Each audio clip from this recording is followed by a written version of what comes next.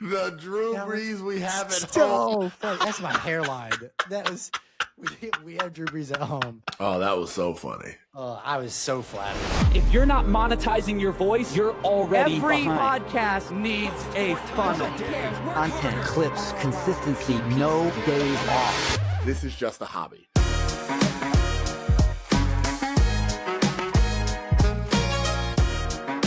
You ready for your question this week? Look, there is a right answer, but I don't know the right answer to this week's. Oh, okay. All right. You Let's ready? hear it. Okay. Once a week, you turn into an animal for 30 seconds, but you have no control or idea when it will happen. It just randomly happens for 30 seconds every single week. What animal are you turning into? My immediate thought is to turn into like a tiger or something like that. But that means that after that 30 seconds, I can wake up and be like, I just killed everybody in this building. I don't want to be something that's going to be, honestly, that the right answer is, well, see, now I don't know, because I was going to say like a horse, because that's such a beloved animal. But if I'm on a flight, because I was about to say, you're on a plane? Flying, if I'm on a plane and I turn into a horse, that's brutal. So it needs to be something small enough to where, I mean, it doesn't. If I'm in a car, or if I'm operating any vehicle, I'm probably dead. It just means that I can't do that anymore. Because even if let's say I do. Careful when I go here. Let's say I do like an ape, and I turn into like a gorilla. I'm not going to know how to drive. I'm assuming I don't retain my human. Yeah, not in this one. Yeah, right? You're full animal. Yeah, you're now, full animal. I believe it's like chimpanzees have been taught how to do like fine motor skills, but you can't guarantee that. And that's a boring answer. That's basically trying to be like, all right, like you're just another human. Yeah.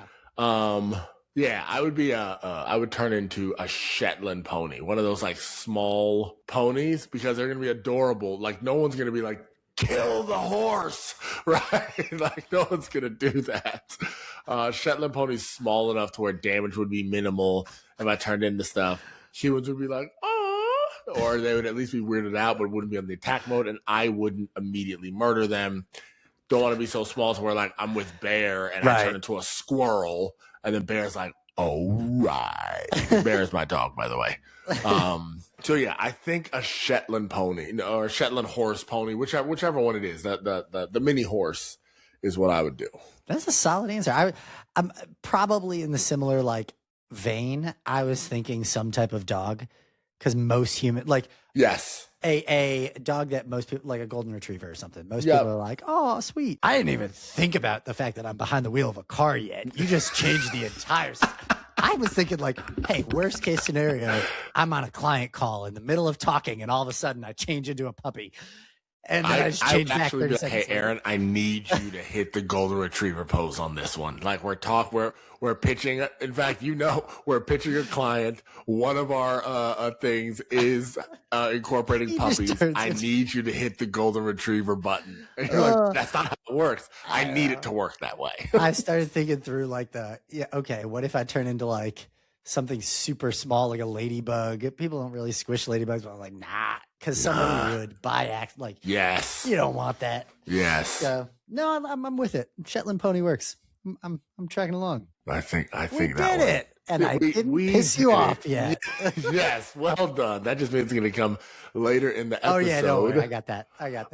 But on that note, ladies and gentlemen, welcome to This Is Just a Hobby episode 10. Woo woo! Hey, we made it! Double-digit episodes. If you are listening, 1, thank you very much. 2, please like and subscribe on YouTube. If you are on podcast apps, whether it's an Apple, Spotify, or any of the other ones, please give us a 5-star review if you think it is 5-star worthy. If you think it is 4, 3, 2, or 1, maybe don't review it. Yeah, maybe wait a little bit. Let us get better. It will get to 5-star, or we will quit. Okay, so you don't have to give us a 4 through a 1. Also, another thing that is happening. So wait, when this episode comes out, the Oscars will have already happened, right? Because the Oscars happened this Sunday. We're filming this right now on Wednesday. That's right. So let me just say this. If Sinners has not won, just go to my Instagram and you will see how I talk about the infrastructure of the United States still is propped up by whiteness and colonialism and all that. Like, I will just be full on tirading that if Sinners has not won any of their nominations. I mean, I talk about that anyway, but now look, that's one of the clips where if I eventually get into some office the way they do Zoran, right? Where it's like, he said that whiteness kills. I was like, well, no, I didn't. Also, I said that on a podcast that had 7 listeners at the time. So I was really more just talking to my co-host. Just clip those 2 words. Just clip whiteness kills and slavery's in my top 5, you know. Yes. We're off to a great start. That is true, because it is going to be a 2-for-1. Because whatever I am doing, Aaron's still going to be doing that with. So they're just going to get us both. The slavery lover and the institutional colonial whiteness hater. Can I confess something? Yes. We talk pretty regularly about like changing media and stuff. I haven't watched any of the Oscar nominees yet. Really? I haven't seen a single one of the Best Picture nominees. I consume so much more short form and sports. But well, here's the question. Have you watched less Oscar nominations than you have in the past, or is this about the same? That's a valid question. Most years I've seen 1 to 2 going into it, and then I'll watch more like after the Oscars. I'll be like, okay, cool. Those are the ones that everybody's like shouting, hollering about, and getting excited about. So most years I'll watch 1 to 2 of the nominees, not all. But yeah, no, I mean, I've only been to the movies like 2 times this year. Something between Parenthood and just the changing nature of entertainment and media. I watch a lot more short form, or I'm just streaming stuff. And the Oscars are still, like, Hollywood is still doing its best to release Oscar nominees, movies that should win that in box office. And then when they're streaming, they're pay to stream before they end up on a service, or it's in one of those million now niche platforms that every studio has. You say niche over niche? I don't know. I go back and forth every time. I never know which one's right. So I intentionally say niche. It's the same as I do think you actually Caribbean and Caribbean. Pecan. Just context. I just switch it. I just change it up every time.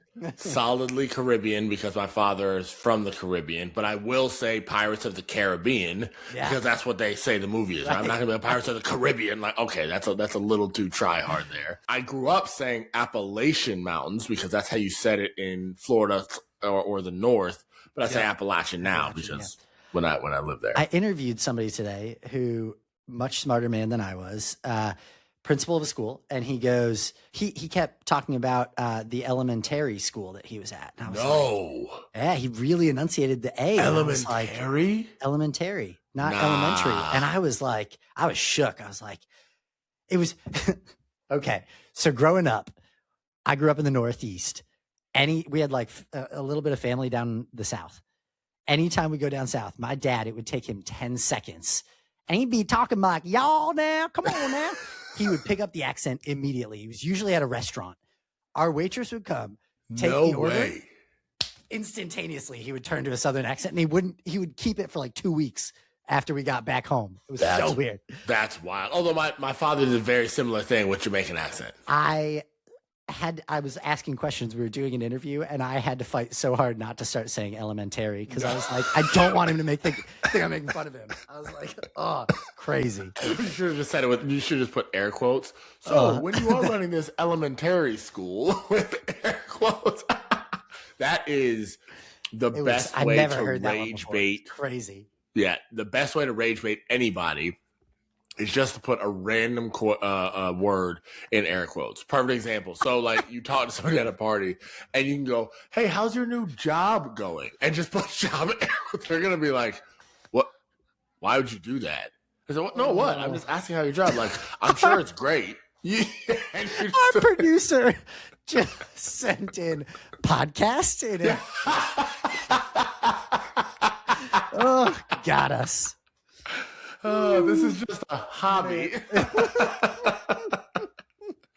Oh, that's hilarious. Okay, well, I want to jump in.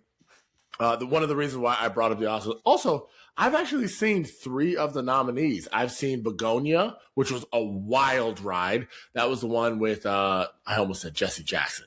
It's not Jesse Jackson, R.I.P. Jesse Pink. Jesse Pinkman is Breaking Bad. Yep, that is who that is. Plemons. Jesse Plemons. Yeah, Jesse Plemons. Shout out. Emily Stone, Jesse Plemons starring that. Very, very good.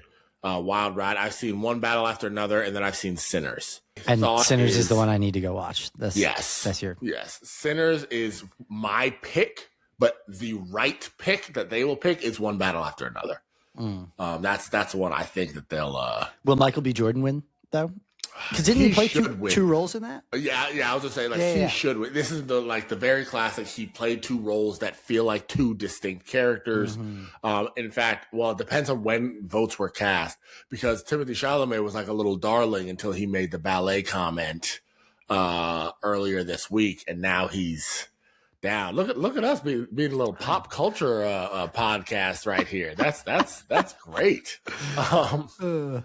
Well, I'm going to keep that thread because I actually want us to play a game. This is going to be a blind ranking, and this is going to be, I'm going to tell you the category so that you can rank them. Cool. So these are former Oscar winners to play Aaron in a movie. This is how you are ranking them from 1 to 10. What a great category. Yeah. Golly. Okay. All right. Hopefully I know all of them. Me and my actor. Yeah, I actually think you'll know all of them. There might be one that you don't, but yeah, you'll know all of them. Let me just preface this. I think I look nothing like this person. I am saving the number 1 spot for Neil Patrick Harris because once upon a time, I had a waitress tell me, "You remind me a lot of Neil Patrick Harris. Just something about you." And I was like, thank you. This was during his Himian peak. I was just we also got a random comment on our YouTube that called you the Drew Brees we have at home. Funny. That's my hairline. That is, we have Drew Brees at home. Kudos to them. They got to comment on more of our stuff. That cracked me up. Oh, that was so funny. I was so flattered. That was great. I love that one. All right. Jumping into this. Former Oscar winners to play Aaron in a movie. Number 1. Well, no, the first one on our list that we're giving you, Leonardo DiCaprio. Give him the 3. The 3? Okay. That's solid. Yeah. Leo's a good actor. Yeah. Little, questionable dating habits. Leo's a great actor. Good actor. First of all, to say good actor, that was almost disrespectful. He's a great actor. He's a great actor. Brendan Fraser. Ha! 7. 7? Oh, okay. Not so high on Brendan Fraser. Brad Pitt. I mean, keep in mind our age. Leo and Brad Pitt and George Clooney are the 3 stereotypical most attractive men alive. I ain't that. 4. All right, 4. Daniel Day-Lewis. Dang, another great actor. Yeah. Not a strong enough resemblance. 8. I need to fill out the bottom somehow. Bro, I cannot Daniel wait for Day-Lewis. Denzel to be my number 1. This is going to be amazing. Keep it going. Let's roll. Next one, Tom Hanks. He's up there as my favorite of all time. Tom Hanks is a goat. Although you can't really say a goat because that means a greatest of all time. I would say he may be the 2 because I don't know what's coming and it's more fun to leave the 1 open. The mystery. Fair enough. The mystery. Number 6, Kevin Spacey. We got the hairline in common. 9. Number 9. Okay, solid. All right. Here we go. So we have number 1, 5, 6, and 10. The next 5 people of color are going to be awesome. I'm so excited. I'm so excited. No, the next one, Will Smith. Yes. Heck yes. 5. All right, Will Smith at number 5. Number 8, Denzel Washington. I'm so happy right now. Denzel's my boy. 6. Yeah, we're gonna leave 1 and 10 for the end. We're gonna see what happens here. Number 9, Mahershala Ali. Do you remember who that is? No. Yeah, I can tell by your face. I'm also here's where my head is at. I'm trying to think of who your last one is gonna be, and I was trying to think if Look at the screen. Oh yeah. I was like, you know who he is. I do know. Oh yeah, absolutely. And I don't think Chadwick ever won an Oscar. Rest in peace. And I really want him to be my number 1. This is actors, right? You're not about to throw like a female of color at me as the number 1. I can own one non-privilege. I can't own both. I get out of my male whiteness for 1. Let's go 10. Let's see what happens. Tell me who's playing me. Tell me who's playing me. What happens when you've been friends for a decade is he predicted that I would have either Rosie people or of color Oprah or and the number 1 to play you in a biopic, Viola Davis. Yo, if anybody could pull it off, she's got it. Also, I literally predicted in our pre-pro call that is how you would react.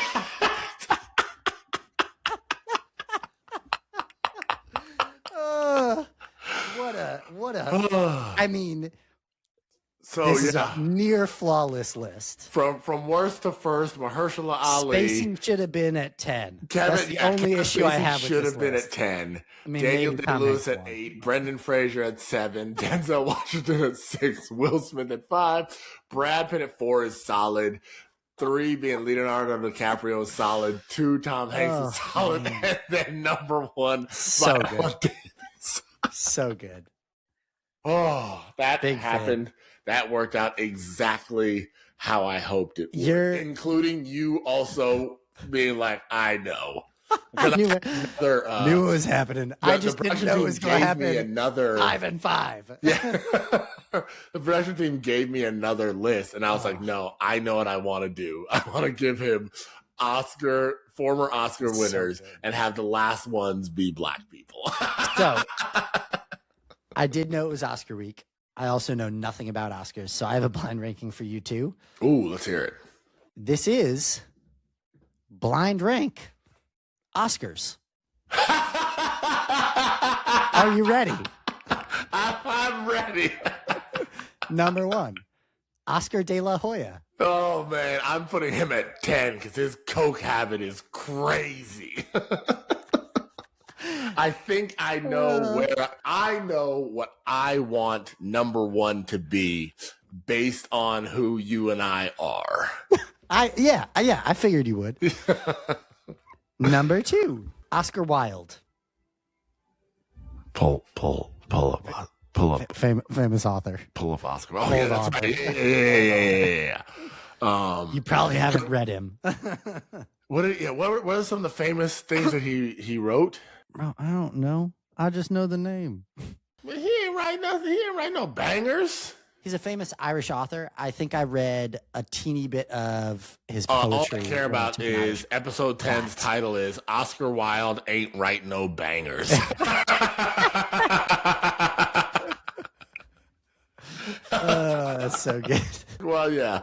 I'll keep him in number 9. Oscar the Grouch. I knew Oscar the Grouch was going to be there. I mess with Oscar the Grouch. I don't mind Oscar the Grouch. I'm putting him at 3. I like it. Oscar Isaac. That's Poe Dameron or Moon Knight. Yeah. I'm going to put him in the 2 slot. Ooh, all right. He's such a great actor. Also, ethnically ambiguous actors are in right now. Oscar Isaac, Pedro Pascal. If you can pass as anything from, like light brown to dark caramel, like you're getting paid right now. True. Oscar Robertson. Oh, I have made a terrible mistake. You got a pick. I know. Made a terrible mistake. There's a couple coming up. I have not watched Oscar Robertson enough. Like, I just respect him as a pioneer in the game. Like, love him, but I love Russell Westbrook more, who broke his records. So I'm going to throw him at 6. No disrespect, Mr. Robertson. You are absolutely a pioneer. That's fair. You were just before my time. Oscar Bluth. From Oscar Arrested Bluth? Development. Yeah. From Arrested Development 8. Is he what's his name's character with the glasses, bald head? I'm pretty sure, yeah. He was No, 8 is fine. I mean, Arrested Development is hilarious, but it's not one of my favorite shows.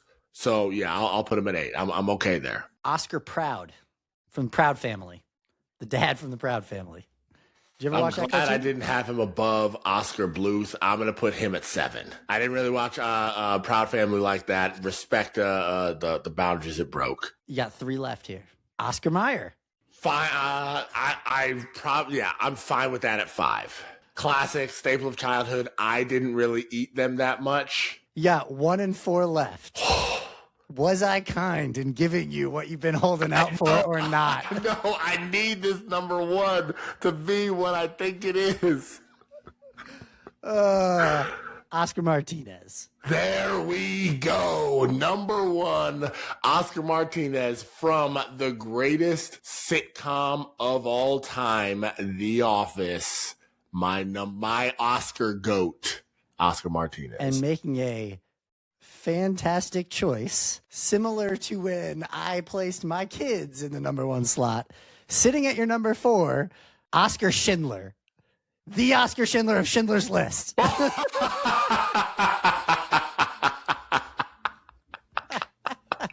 So, Nazis in your top 4, slavery in your top 5. Yeah.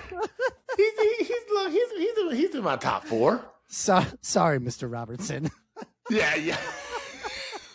Hey, so I'll take that though. I fully stand by Oscar De La Hoya being in my 10 slot. I probably would have Robertson higher than Grouch if I were to redo this. Yeah. But overall, it's a decent list. Yeah, it's solid. It's solid. And that's as much as I know about Oscars. Well done. That one is great. What we got next? It's the reason why we still have this podcast. It's time for a game of Who Am I? Or it could be a Where Am I? I don't know what it is. Squeak, what we got? Get better, feel better, Father Squeak. He's doing good. Awesome. It is a Where Am I? All right, I'm locked in. The Oscar themed? I don't know. I'm ready. All right. I am a fictional city. Helm's Deep. Coruscant. What'd you say, Aaron? Helm's Deep. I sit high above the clouds. Minas Tirith. Oh, dang, damn it. Guessed too early. Mount Olympus. I've appeared in several movies, including one in 2025. Whoville. Sky City. I have talking animals, people, and even trees. Why are these getting more difficult every week? Let's Tatooine. That's not even a city. I don't even... Sky Atlas. The last clue, one of you should get it. My road is famously golden. Oz. Yes. Oh my gosh. Yep. I mean, all of the clues now click and make sense, although I didn't know it was above the clouds, but... Yeah, that one I'm like, I'm trying not to actively protest this and have fun on the pod instead of ruining it for everybody. So 1-0 Aaron per usual. I am a fictional city. Minas Tirith. Coruscant.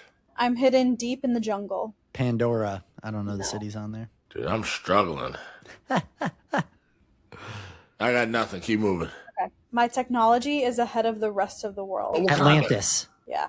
Adam got it. Thank God. Yeah, no. When I heard that, I was like, if I don't get it, Yeah. I'm I am a fictional city. Minas Tirith. Coruscant. No. I have appeared in several movies. That's helpful. Yeah, I was like, that's worse than the first clue. Atlantis. Keep going. The only way to reach me is via flying. Cloud City. No. I got nothing. I share a name with Michael Jackson's ranch. Neverland. Neverland? Yes. Oh, give me The that. movie was never. Oh, Peter Pan. Gracious. Yeah, duh. Is it a city? Anywho. I am a fictional city. Coruscant. Minas Tirith. I am a land famous for its horses. Narnia. No. That was a good guess, though. Oh, man, I got nothing. Keep moving. I am one letter different from the giant bird in Godzilla. I don't know what the giant bird in Godzilla is. I don't know. We answered the call to help an ally. Rohan. Condor. Yes. Yes. My next guess. Well, there goes my Lord of the Rings ones. There is one more question, and Worth there's a 5 bonus. points. Perfect. Oh, All right. I need to get this so that the bonus doesn't do anything. I am a fictional city. Coruscant. Camino. My football team is the Rogues. Gotham. Yes. Let's go. I was trying to think of where Superman is. Well played. All right, do you guys want the bonus? I mean, yeah, for the fun Yeah, of it. let's But hear he it. just Because that technically would kicked tie it my up. butt. I am a fictional city. Coruscant. Camino. In 2015, a U.S. public polling showed that a third of voters supported bombing it. Atlantis. I don't know. Though I am rough, you may find a diamond. I struggle on that one, too. Treasure Island. I am ruled by a sultan, but the royal vizier calls all the shots. I don't know what the name of the city is. I know what you're talking about now. Alibaba. I'm trying to sing all the songs. I know. That's what I was just doing in my head. Agrabah. Yes. Yeah, well played, dude. Ugh, we got to play this game in the middle of the day. Well done, sir. Woo-wee. I know my fictional cities. I'll take Baby it. snaps. That's a good dub. By many points. That's okay. I can run faster around a amusement park. That's what matters to me. No, you did run faster on the music part, and you just happened to find some random sweet cake, and we didn't have a bonus on it. Don't get me started. All right, don't piss me off. I still have not thought we need.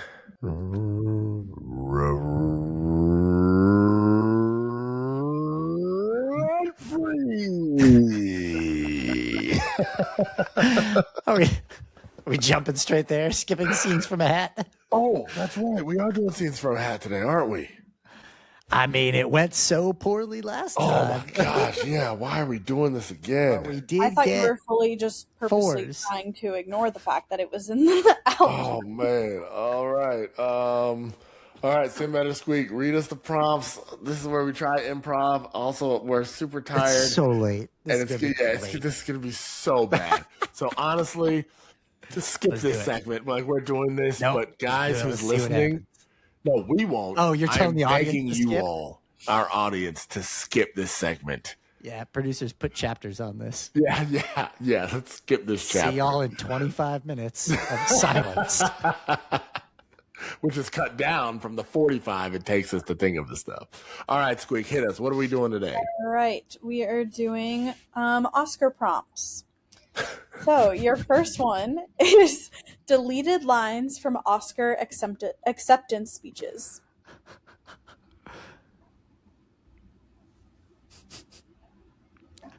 The worst part is I know the humor angle I want to go, and I don't know how to write the line for it right now. I'm only like half a step. Writing a funny yet acceptably palatable line like that is tough. I thank my mom, my dad, all the producers, my third wife. That's just honestly accurate. It is Hollywood. Deleted lines from Oscar acceptance speeches. Okay. If you'd like, I can tighten this up for you or make any other edits that you'd like. Yeah. Did you see the priest at mass video that was on? Oh, this priest at mass. Yes, but giving a I don't know. sermon Like and that lady does skits. It's Oh, fake. really? Yeah. She does a whole bunch of skits. When you go to that person's page, I it's didn't a whole click bunch in. of other I was just skits. like, oh, that sucks. And then I moved on. Yeah. No, but it's skits.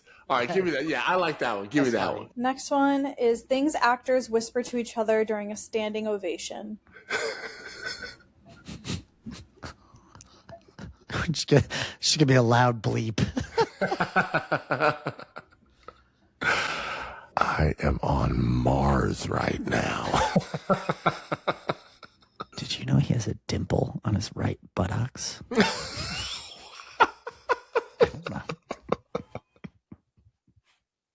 I didn't even see the movie. He is on Mars right now. That's all I got. I got nothing. This game's terrible. we can come up with some of those. That's all right. Next one is jokes the network won't let the host say. If the jokes won't, if the network won't let say the jokes, we won't able to say them here. And that's how slavery ended up in my top 5.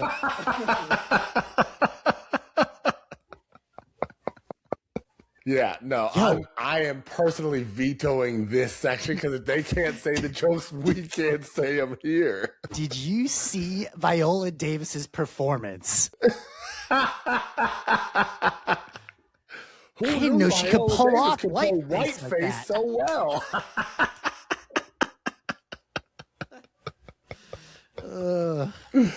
Hilarious.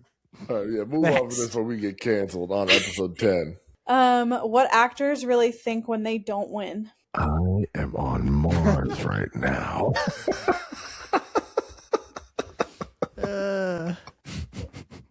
No, I cannot. She's not even white. That's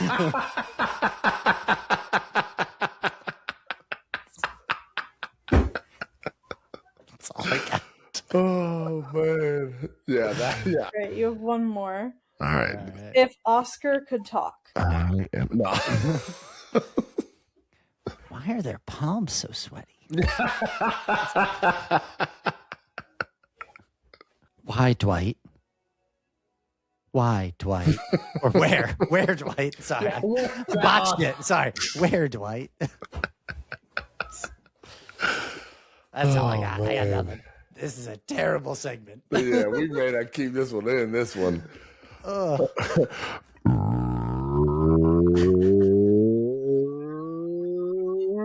Free.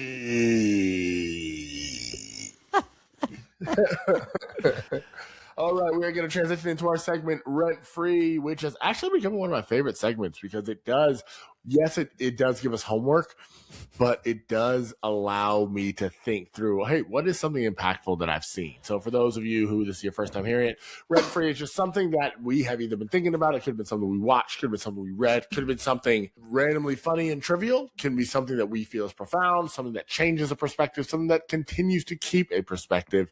Aaron, what is living in your head rent free this week? So I actually had, remember like last week or 2 weeks ago, how I was like, I hate that we have homework. I didn't want to think of anything. I have a ton of stuff this week. And I'm going to let you pick between categories. I'm just going to give you like a sentence or a title of something. I'm going to let you pick which one you would like me to talk about. I love it. Hit me. First one, AI job replacement. Ooh, okay. Second one, John Tyson's definition of a father. Oh, okay. Ooh, very deep. Third one, excellence in the workplace. And fourth one is musings on the men's conference. So AI job replacement, John Tyson definition of a father, excellence in the workplace, or musings on a men's conference. You know, let's go AI job replacement. I'm curious as to, because I could go so many different ways. Yeah. Cool. I want to hear where that goes. This comes out of shout out to another podcast with just a couple more followers than us. The Diary of a CEO, Journal of a CEO. Stephen Bartlett. This past week, he had a guy named Wesley Huff on, who is a Christian apologist that I fanboy over. I think he's very intelligent. He was on Joe Rogan a while back, and kind of has had this like meteoric rise in circles that I run in. And he was on this past week. They did a lot of just talking about like life, religion, worldview. Also, it was a 2.5 hour discussion. Near the end of it, they started talking about how AI is affecting the world and people's psyches. And they talked within their conversation around religion. They talked about how religion is one of the things that people turn to in kind of moments of crisis. And Stephen Bartlett referenced a previous conversation that he had with the CEO of Uber, who talked about there are currently 9 million drivers for Uber, 9 million people employed by Uber to drive cars. By 2040, he expects there to be none or next to none because of the way that cars will be able to drive themselves, the way that AI is accelerating really quickly. Yeah. 9 million people who that may, and look, not all of them are full-time. That is what they do for their only source of income. But 9 million people who at least supplement, if not their entire income, comes from Uber, are about to be totally displaced. And then they started talking a little bit more about how in that conversation with the Uber CEO, but then also in some other conversations, and I only got through the first like 5 minutes of one of them that I actually clicked. But it's another 2-hour conversation that I didn't have time before this podcast to start listening to, because this is just the last 2 days I was listening to this. In that conversation, or they just expect technology has always changed the workforce. It happened in the Industrial Revolution. It happens regularly with big things. But what AI is doing now is happening at such an accelerated rate. Normally, the human ingenuity, adaptivity, the workforce changes, jobs change, people adapt, and they find new jobs. It is happening so fast right now that, again, I'm summarizing from a podcast. I have not looked up the data yet. Yeah. But the expectation is there will be such a significant unemployment like crisis because of how rapidly technology is replacing jobs that it will lead to like a crisis of human identity, an increase in mental health concerns and issues, depression, a lot of the things that go with unemployment traditionally. And they talked about this largely through this like the religious lens of where will people turn, how do you find identity and meaning outside of career. But it was just a fascinating to think about. And then in this next one that I started to watch, now this guy's like an AI safety guy who's probably a little conservative in his view of AI. Yeah. But like he's talking about 5 jobs that like what jobs will still exist, and he's saying common jobs that you don't think of as, hey, AI will do that or super intelligent computers will do that. But like lawyers, you would think you'd want to trust your legal counsel to another human being. He's predicting, nope, they'll be gone. I think of things like Uber drivers, taxi drivers. He's like, nope, they'll be gone. So like, I don't know. I think of financial advisors. That's another thing you'd want to trust to a human. If a computer can predict the markets better, will we? Like so many jobs are just going to be replaced. And so I started thinking about what is the differentiator? I don't know. I'm now just thinking out loud. Would love to hear your thoughts, but like, what are the things? How will human ingenuity change jobs? What are the things that still will separate us? Experiential. We talk a lot about this in our world with marketing. Like experiential is still going to be something that isn't yet replaceable by AI. Now, AI may help create those experiential moments, but you can't go to a space, have that experience. Down the road, could we? I don't know. Can we just plug into a computer? And do we avoid going to experiential activations, in-person gatherings, because we can simulate the same experience through technology? I don't expect that to happen, but it's something they brought up. And I was like, I don't know.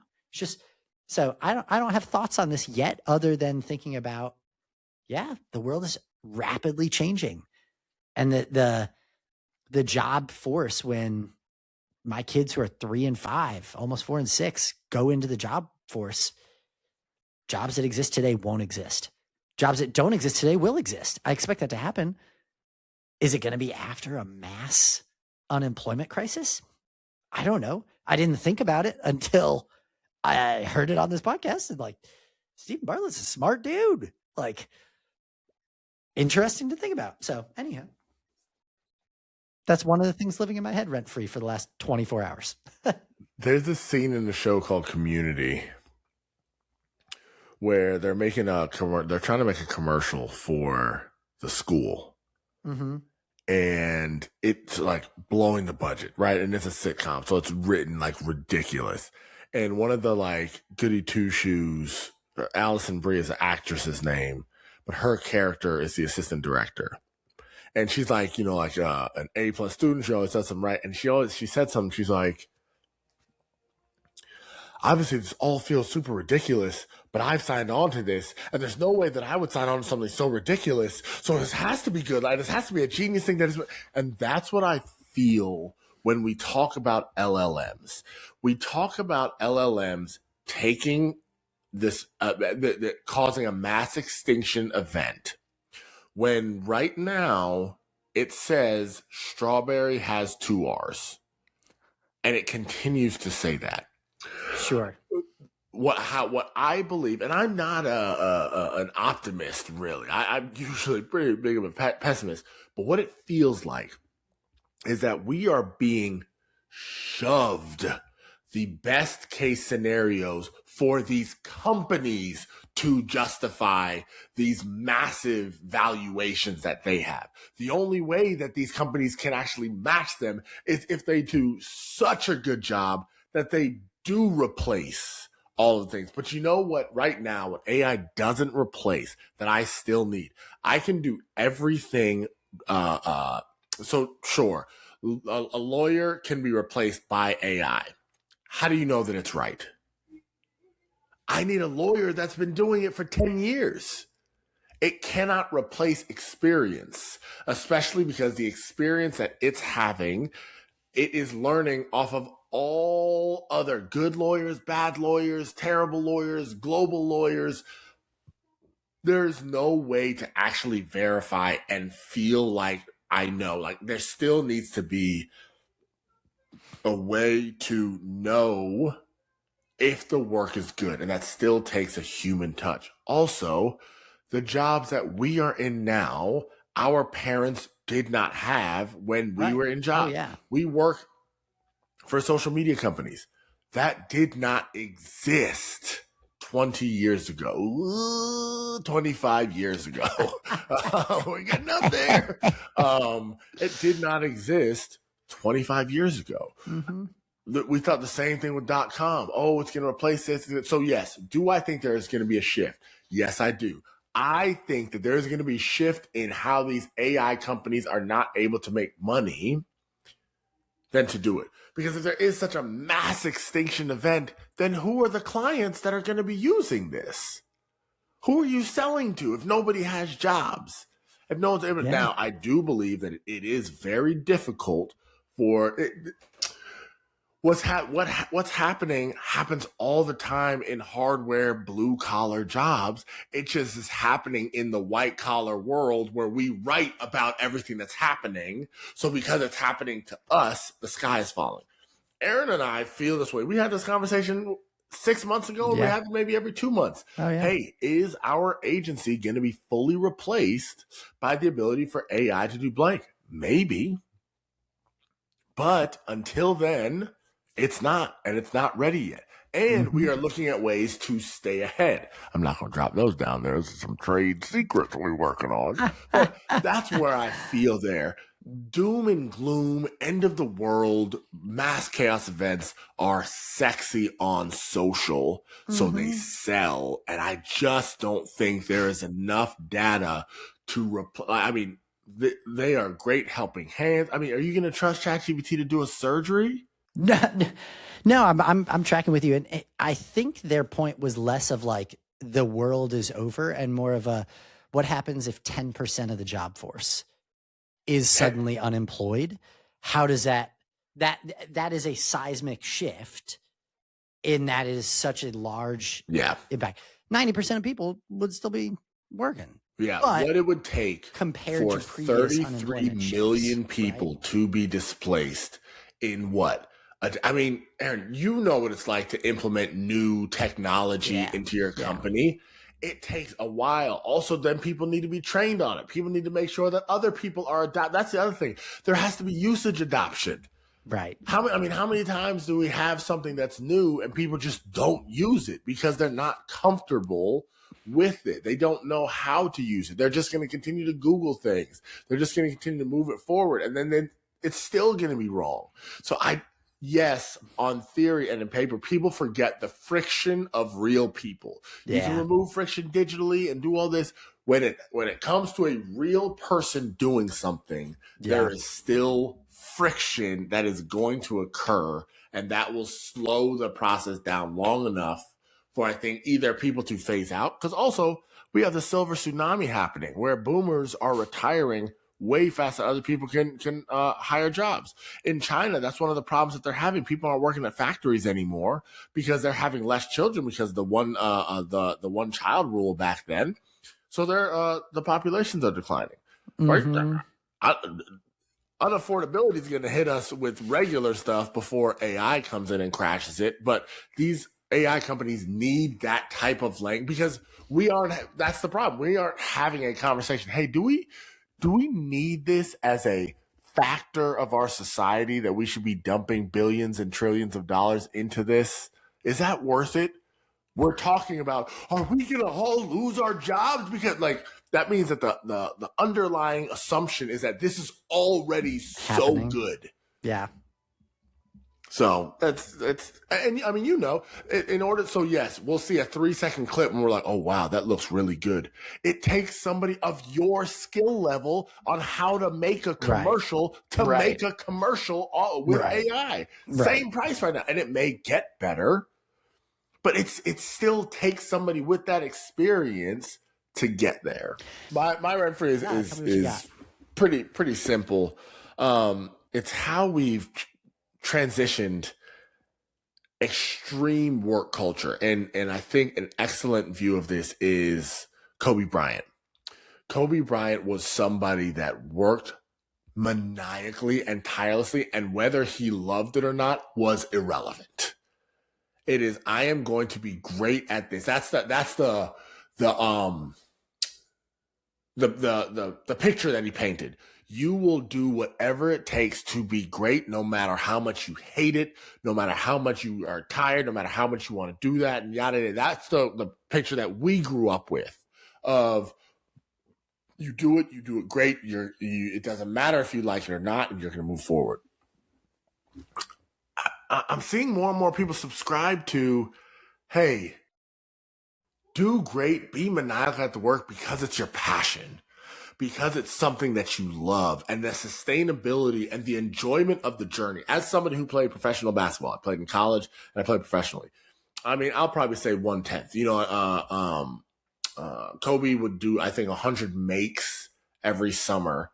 I did, 100,000 makes every summer.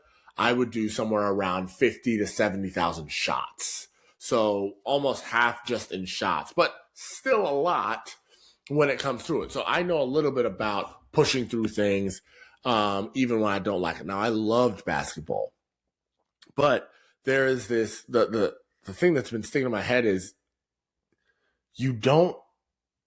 once you have a capitalistic baseline of taking care of yourself, you don't need to do this maniacal pushing and grinding and doing all of this if it's not your passion, if you don't want to, especially if it takes the place of other things.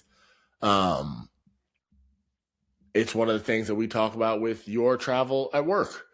Can we figure out a way to get you more time with your family while we are on this journey? The passion we have isn't it's the grind when we're together. I mean, it's 11:30 at night and we're recording a podcast because we enjoy it and we're allowed to push on that. But the drive and hustle for drive and hustle's sake I would prefer die. Now, there needs to be a select few that do that. And also, you can't have both.